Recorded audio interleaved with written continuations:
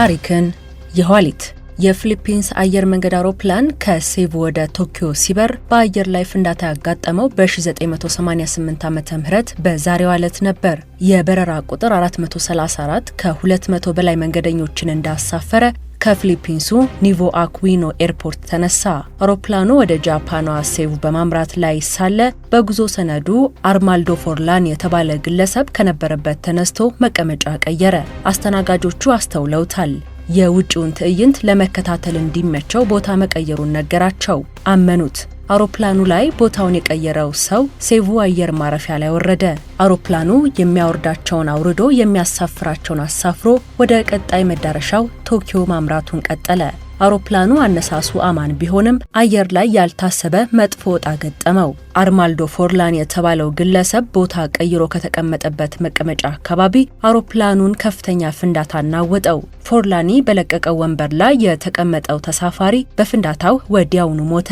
በአቅራቢያው የነበሩ 10 ያህል ሰዎችም ቆሰሉ።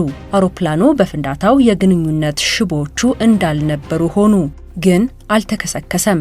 ፍንዳታ ደርሶበት አለመከስከሱ የተአምር ያህል ነበር። እንዲህ አይነቱን የከፋ አደጋ የደረሰበትን አውሮፕላን በመቆጣጠር ዋናው አብራሪና ረዳቶቻቸው ጀግንነትን፣ ቁርጠኝነትንና ልበ ሙሉነትን አሳዩ።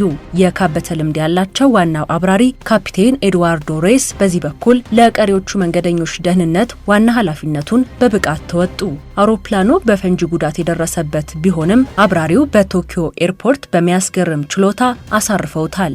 በፊሊፒንሱ አውሮፕላን ላይ ፍንዳታ የደረሰበት አርማልዶ ፎርላኒ በሚል የጉዞ ሰነድ የተመዘገበውና ሴቡ ላይ የወረደው መንገደኛ ባጠመደው ፈንጂ መሆኑ ተደረሰበት። አርማልዶ ፎርላኒ ሐሰተኛ የሽፋን ስም እንጂ እውነተኛ ስሙ ራምዚ ዮሴፍ የተባለው አሸባሪ መሆኑ ታወቀ። ራምዚ ዮሴፍ ቀደም ባለው ዓመት በኒውዮርክ የዓለም የንግድ ማዕከልን ህንፃ በፈንጂ ለማውደም ባደረገው ሙከራ 6 ሰዎችን ገድሎ ከ1000 በላይ ሰዎች ለጉዳት በመዳረጉ ሲፈለግ የነበረ ነው። ራምዚ ተይዞ ለአሜሪካ ተላልፎ ተሰጠ። ለተደራራቢ ጥፋቶቹ ተደራራቢ የዕድሜ ልክ እስራት ተፈርዶበት ቅጣቱን በመቀበል ላይ ይገኛል። የፊሊፒንስ አውሮፕላን በአየር ላይ በተጠመደ ፈንጂ ተጎድቶ ቶኪዮ አውሮፕላን ማረፊያ ለማረፍ ከበቃ 30 ዓመት ሞላው።